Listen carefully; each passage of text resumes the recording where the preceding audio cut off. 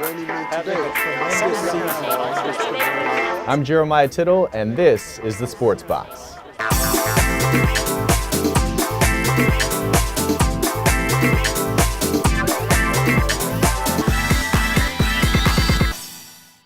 Well, gentlemen, El Classico, one of the biggest matches in all of sports, bigger than the Super Bowl by many miles. When you look at this game, Barcelona winning at home, and none other but Luis Suarez winning the game winner. Take it away. Yeah, Luis Suarez now he's finding his groove. It took him a little while to get used, to the to his teammates and the system there. But now he's Luis Suarez. We know he's biting. He's biting in a much better way for him, isn't he? I mean, the club is not lacking in talent. Suarez sort of felt like a bonus heading over to Barcelona. But he has really started to come into his own with the club and figure out what his position is. People were kind of concerned when he was there because they had three superstar strikers. They had the young kid with Neymar, and they had Messi, and then they had him as the aggressor and Messi sort of as the leader. People were concerned about the tactics. And as the season has gone on, it's become more of a team. And they've shown that their past couple of games, and they certainly showed it against Real Madrid. And leave alone the win against Madrid. I think in recent years, this was one of the best performances Barcelona had on the pitch. With all the pieces together, you can tell that the pieces are coming together. I mean, the way they played the second half, it was like an artist painting a picture right there in the middle. Neymar, Messi, Suarez. It was a beautiful game. And the score could have been worse, for Real Madrid, especially in the second half. Barca was, tearing them apart, on the counters and slicing the defense. It was just amazing. And the funny thing is, that's an attribute that was known for Real Madrid, being lethal on the counter.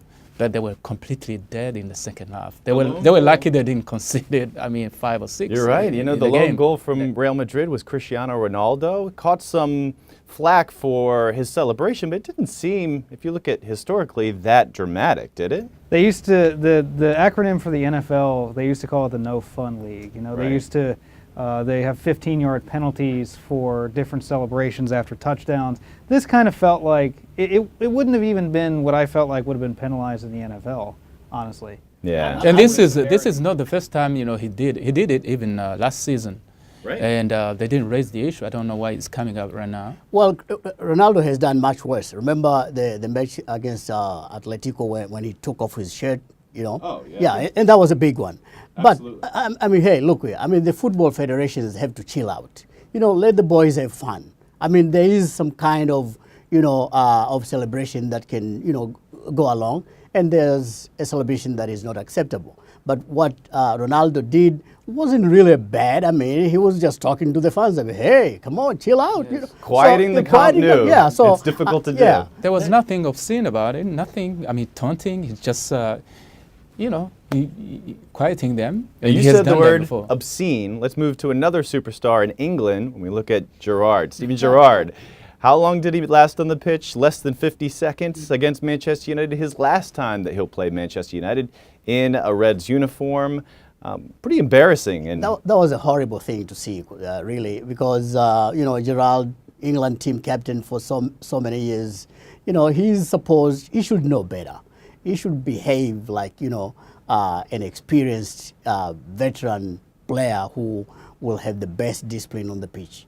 Nobody knows what was going on his mind, but to do that just few seconds after coming into the pitch, it was just amazing. And that after sitting out for a couple of games, he hadn't been playing for Liverpool, and once he got that chance, and he just blew it in less than a minute. It's sad for him because he's an icon, for Liverpool. This reminds me of a story, quick story time. High school basketball team, classmate of mine, bet his teammates and how quickly he could foul out of a game. 5 fouls in basketball to get out. He did it in like 2 minutes. This kind of feels like a high school move, doesn't it? I don't think it was intentional for Gerrard.